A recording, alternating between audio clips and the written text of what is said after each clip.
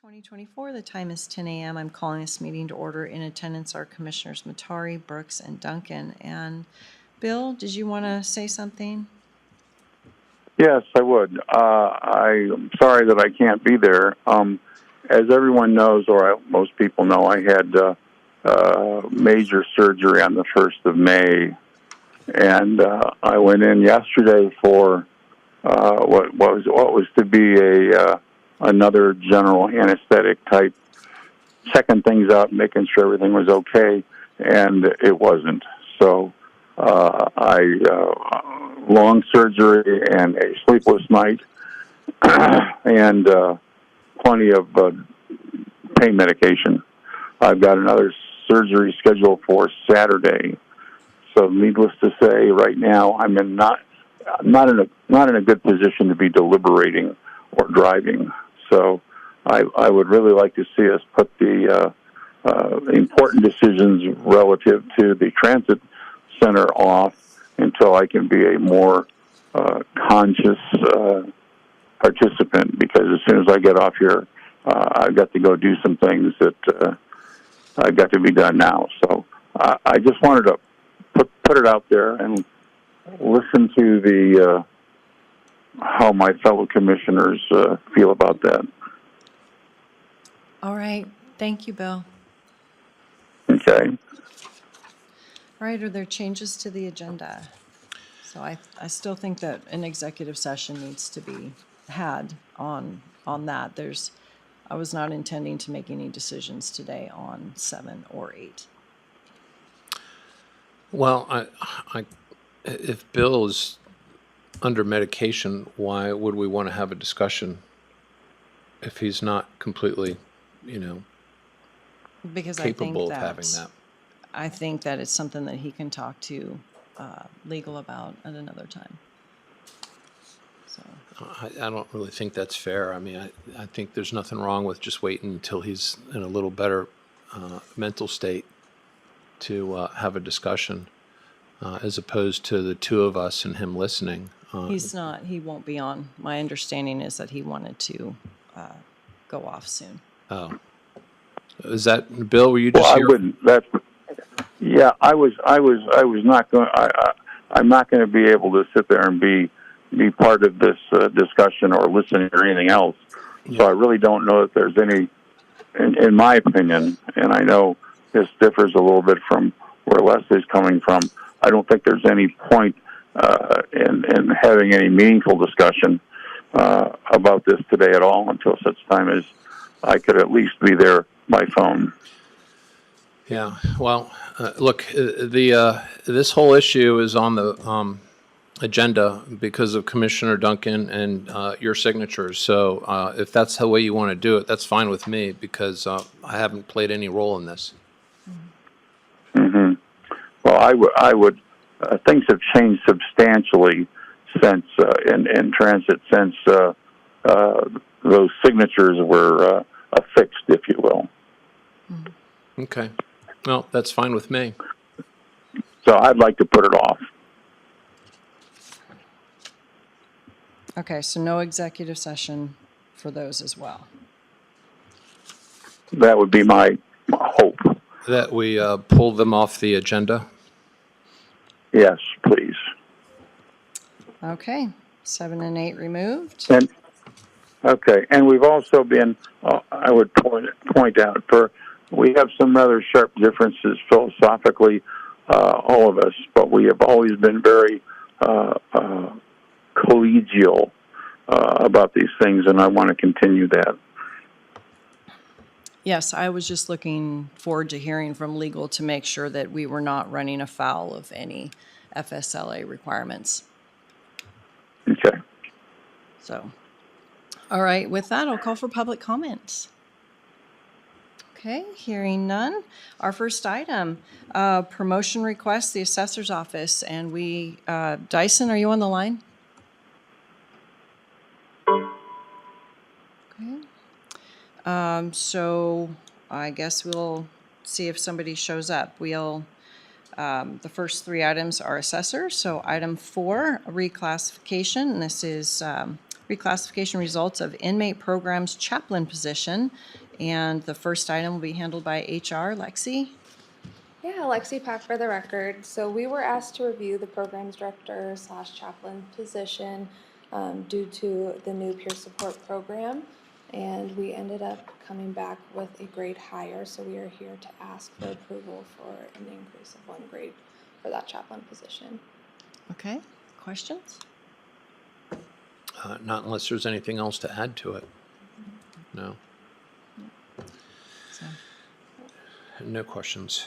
all right, motion. I move that we approve the reclassification results of the inmate programs and the chaplain position. Second. Commissioner Matari? Aye. Chair Duncan? Aye. All right, item 5, this is the pay increase due to initial classification or reclassification for the position that we just looked at, the inmate programs chaplain position. So, Captain Heil. Good morning, Commissioners. Captain Jeremy Howell for the record. I'm here to ask that the board move the employee chaplain McSwain from grade 7, step 6 to grade 8, step 6, based on the previous approval. And the ask from Captain Deke on this is to make it retroactive to the start of pay period 7.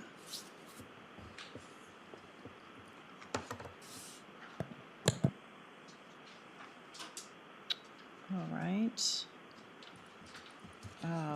Questions about that? And how long ago was pay period 7? It was March 10th, and we didn't receive the request for reclassification at that time. Okay. And then the other thing, I mean, how many, is that going back 4 pay periods? And was that our, I'm looking at the projection, but I don't see that the projection was based on. That's what I thought I read in there. Yeah, that was the memo we had on from Captain Deke, dated May 9th. Yeah. Yeah, I have the one from May 8th, and he was wanting to push to try to get it retroactive. However, I do understand the policy or the procedure from 2021 that they aren't retroactive, but I'm just here representing him and putting the request out there. Okay.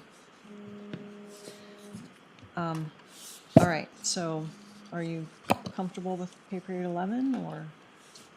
Yeah, that's fine. Okay. So you want that in the motion? Yes, please. Number 11. I move that we approve the pay increase due to the initial classification or reclassification for compensation considerations due to the position rewrite and HR reclassification beginning on pay period 11. Second. Commissioner Matari? Aye. Chair Duncan? Aye. Okay, Thank you, Commissioners. thanks. Okay, item 6, monthly countywide open positions overview. Sylvia Proud for the record. On a monthly basis, I provide the commissioners with a countywide open position report, and the report was put together as of May 8th. And so at that time, we had 105.31 positions open. At the same time in 2023, we had 103.58, so we're up about 1.67% compared to last year. 63 of those positions are hard to fill, so our attorneys, sheriff's employees, positions, patrol, detention, 911. Of those open positions, 40 positions are funded at 50%.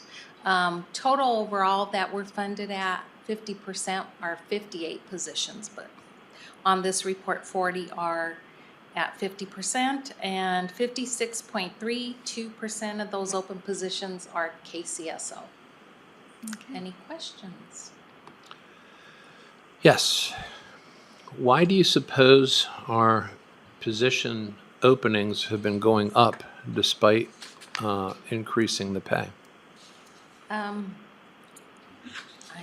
There have been some retirements, and we've had a lot of exits from employees leaving the organizations, all the departments countywide. Also, I think we added a new position or two since last year, or just in this fiscal year. I think we added a duty clerk and maybe a maintenance position. I Yeah, but- don't quite recall. Those are under the BOCC, and the BOCC is down Yeah. 23%. Anything you'd want to add to the open position since Zach does recruiting?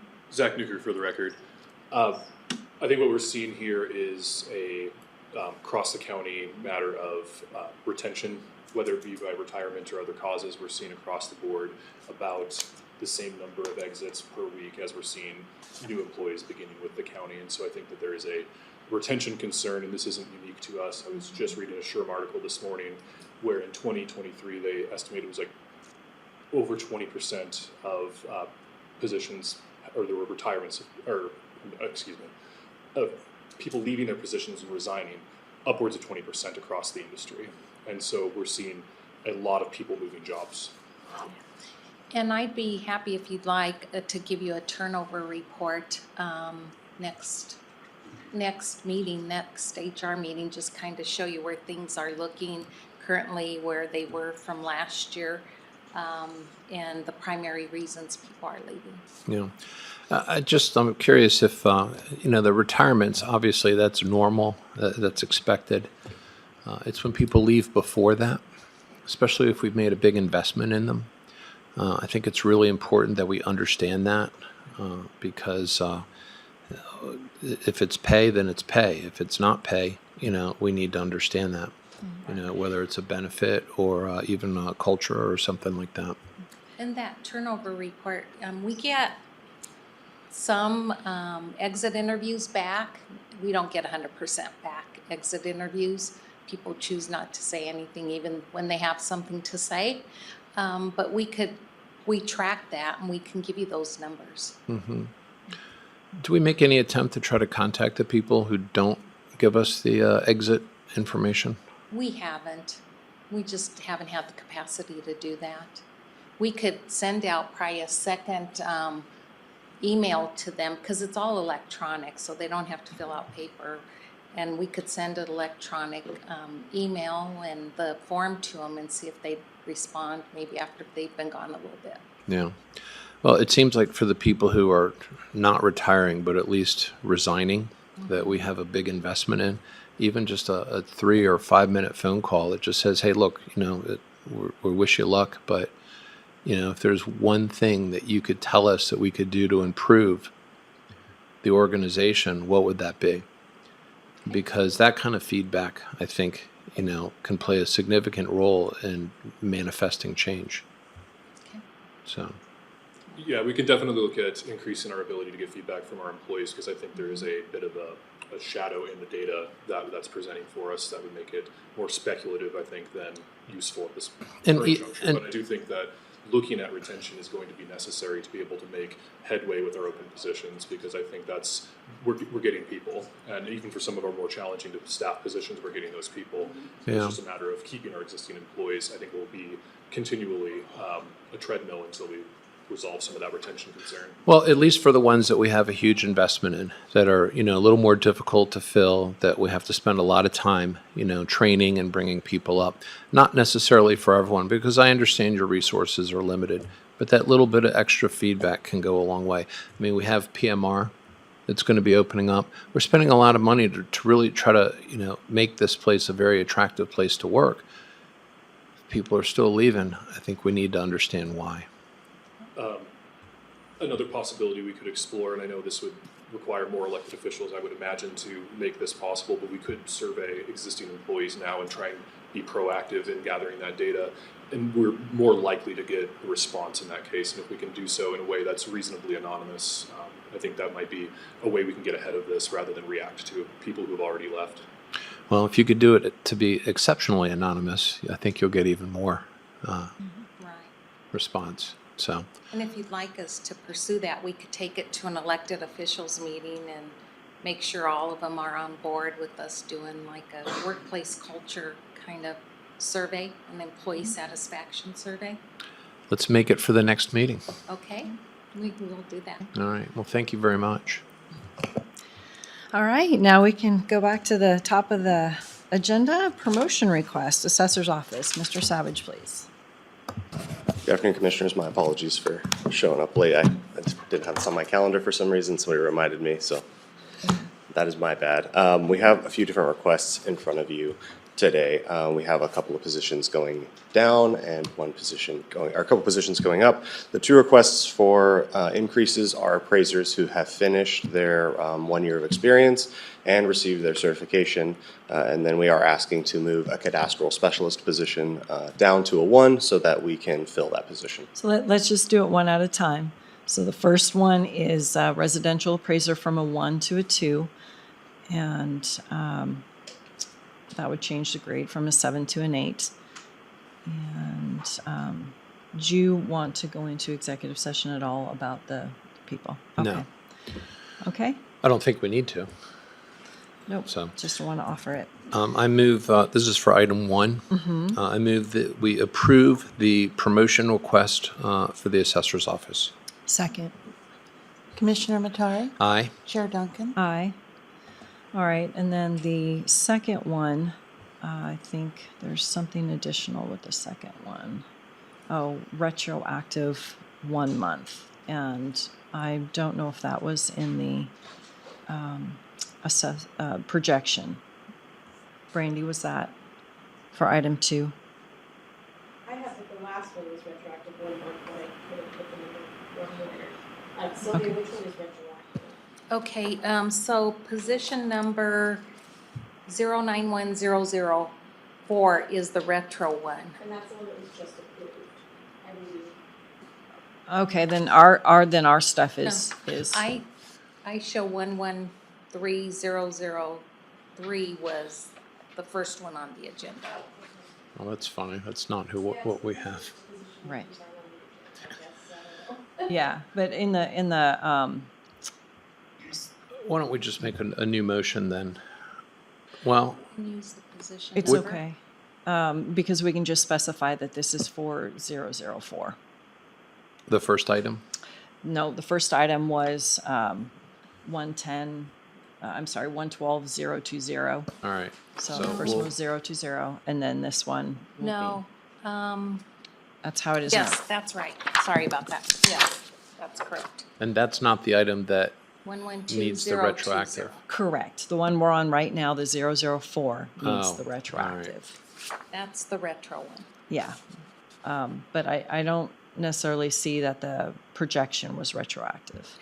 Is that- It does. Yeah. At the bottom, if you see the auditor's note, Oh, there we retroactive go. 1 month. Okay. Yeah. It's tiny writing. Okay. Okay, great. Questions, motion? I move that we approve the promotion request for position number 091-004 with the assessor's office, and that it include the retroactive 1 month adjustment. Second. Commissioner Matari? Aye. Chair Duncan? Aye. Okay, item 3, position conversion. So this is, again, Mr. Savage. Yeah, this would be to convert one of our positions down. We can't really hire for a higher grade at the cadastral mapping specialist unless we had somebody really, stupendous come in. So it's better for us to convert it now while we're going into hiring. Okay. Any questions on that? No. I move that we approve the position conversion with the assessor's office. Second. Commissioner Matari? Aye. Chair Duncan? Aye. Okay, with that, I will call for public comment. Okay, hearing none, 10:19, meeting adjourned. Thank you all.